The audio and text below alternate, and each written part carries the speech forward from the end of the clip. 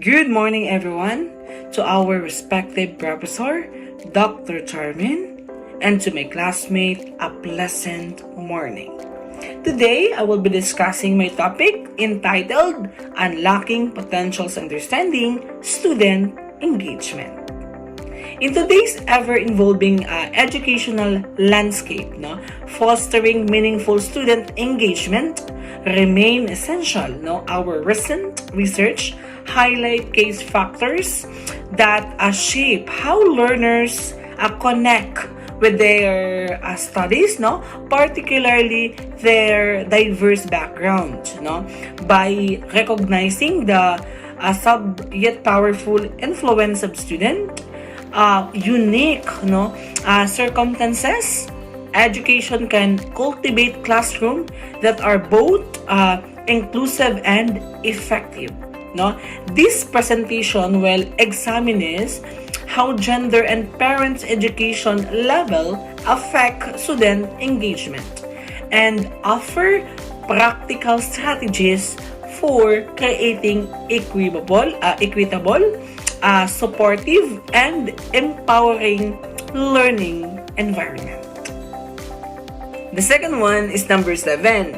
The study found the gender and parent education level influence student engagement. So, in the foundations, recognizing the background influence on engagement, some student may find learning easier or harder because of their background. This doesn't decide their future, but it shapes their experiences. Example, a girl whose parents are both teachers might be encouraged to read at home every night, while other students whose parents are busy with work night not get the same level of academic help. Both can succeed, but their starting point are different. The next one is the understanding diverse experiences. Gender can affect how students see learning and how they participate in class. Example, in science class, boys may volunteer more in experiences if their activity is competitive, like a who finish first task. Meanwhile, the girls might feel more comfortable in group discussion, where cooperation is emphasized. But in other culture, the opposite might be true. Teachers must be mindful not to limit students to stereotype. The next one is the parent education impact. Parents' level of education can influence how much they guide academic. Example, a student who mother is a college graduate may know to make a study schedule or research online. Meanwhile, a student who parent doesn't finish school may rely mostly on the teachers for guidance. This doesn't mean one is smarter than the other. It only show different support system.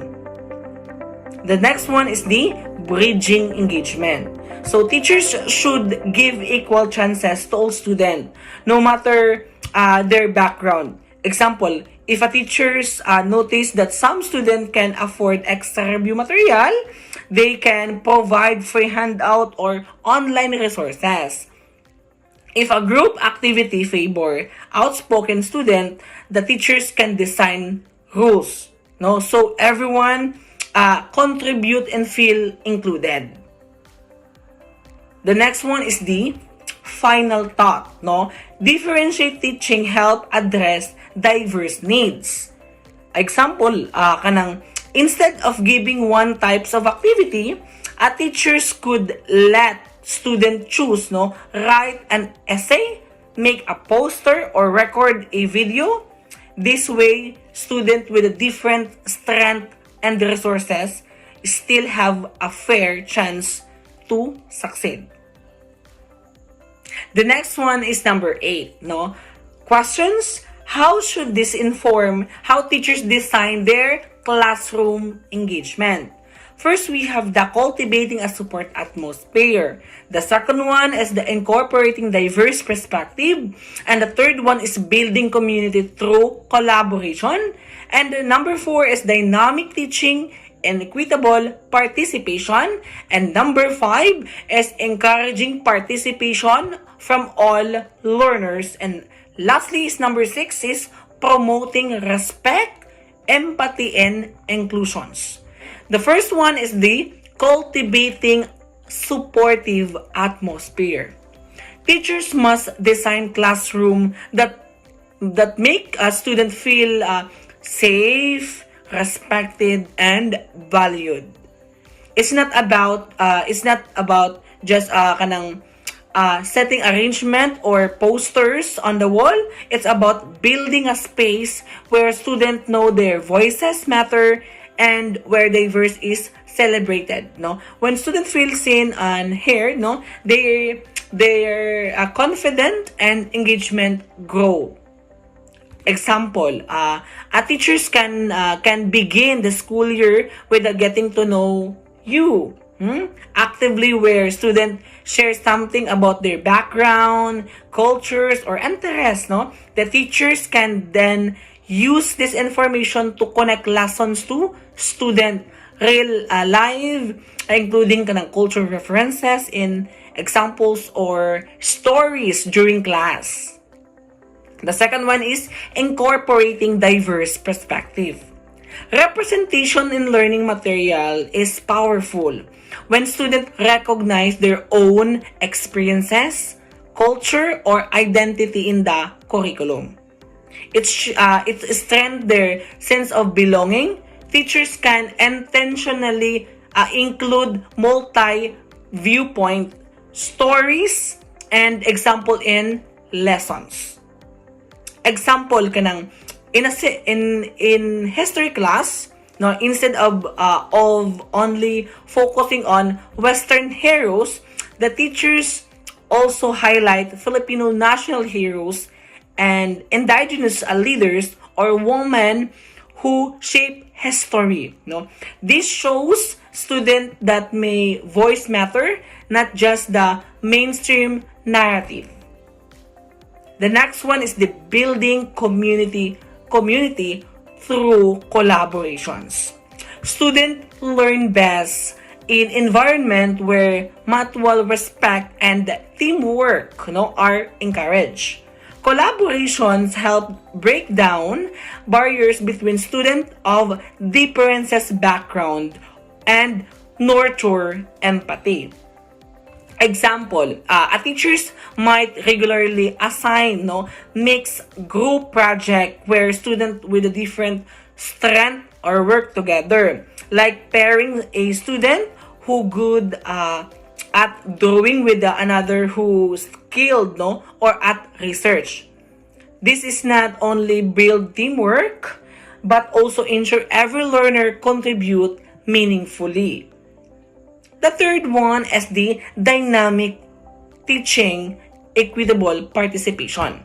No, teachers should avoid relying only on lecture. No, instead, they should use different teaching method to reach students with a different learning preferences. No, some learners best by listening, other doing or discussing. No, example kanang in science lessons. No, instead of only explaining concept through a slideshow, a teacher could combine a short lecture, a group experiment, and reflection activity where students share what they observe. No, this way, both hands-on and reflective learner stay engaged. The next one is the encouraging participation from all learners. No, not all students are naturally unspoken. Teachers must create way for both quiet and vocal student to share their thought. No, this prevent only a few students from dominating discussion. Example, use a think, pair, share Teachers might ask a question, kanang let student think quietly for a moment. Then discuss with a partner before sharing with the class, no? This gives shy student time to process and feel more confident to speak, no? Teachers can also rotate who answer instead of kanang always calling on volunteer. So everyone gets a chance. The last one is the promoting respect, empathy, and inclusion. Classrooms should actively challenges stereotypes and prevent inclusion. Teachers should model empathy and kindness while addressing bias or unfair treatment quickly and effectively. Example, kanang if a student make a teasing remarks about another student, no, accent, their teacher should step in, explain why inappropriate, and kanang remain the class of the rule about kanang respecting differences. At the same time, the teachers can encourage students to celebrate multilingual abilities as strength. The next one is feedback is a powerful tool, not just for kanang academic improvement, but also for shaping a student feel perceptions and fosters inclusive learning environment. For number 9 questions, how can teachers ensure that their feedback promotes equity and inclusion in the learning environment for all students, including those who are retained or struggling? First, we have the 3. First is the constructive and growth-oriented. The second one is the specific and actionable guidance. And then number 3 is the motivating and strength-based. The first one is the constructive and growth-oriented. Feedback should not just highlight mistake, but also guide students on how to improve. It should recognize their effort and encourage them to see mistake as a stepping stone, not failures. This build a growth mindset while where students believe they can get better with practice and effort. Example, instead of saying your math solution is wrong, dapat ang iingon, you show good effort in setting in the equation. Next time, double check your multiplication step to make sure your answer matches your process. This way, the student can feel capable, know exactly what to fix. The second one is the specific and actionable guidance. Argue feedback like nice work or do better doesn't help student know what to continue or what to improve, no? Specific feedback tell them exactly what was effective and give a clear step to move forward. Example, instead mingon kag good job on your presentation, dapat ang ingon, you explain the main idea clearly and keep good eyes contact. Now next time, try to project your voice a bit so the audience at the back can hear bit better, no? This gives students feel concrete they can practice next time. The last one is the motivating and strength-based. Feedback should lift students up, no, especially those may be struggling, no. By starting with their strength, you motivate them and make them feel valued, no. Then gently guide them towards areas of improvement. This helps them build confident and stay engaged. Example, no, instead of saying you always get to low score in reading, say, I can see you put a lot of effort into your finish the story, no, and that shows persistence to make your comprehension ever stronger, no? Try to summarize each paragraph in your own words as you read, no? This way, the students feel encouraged and know exactly what action will help them improve.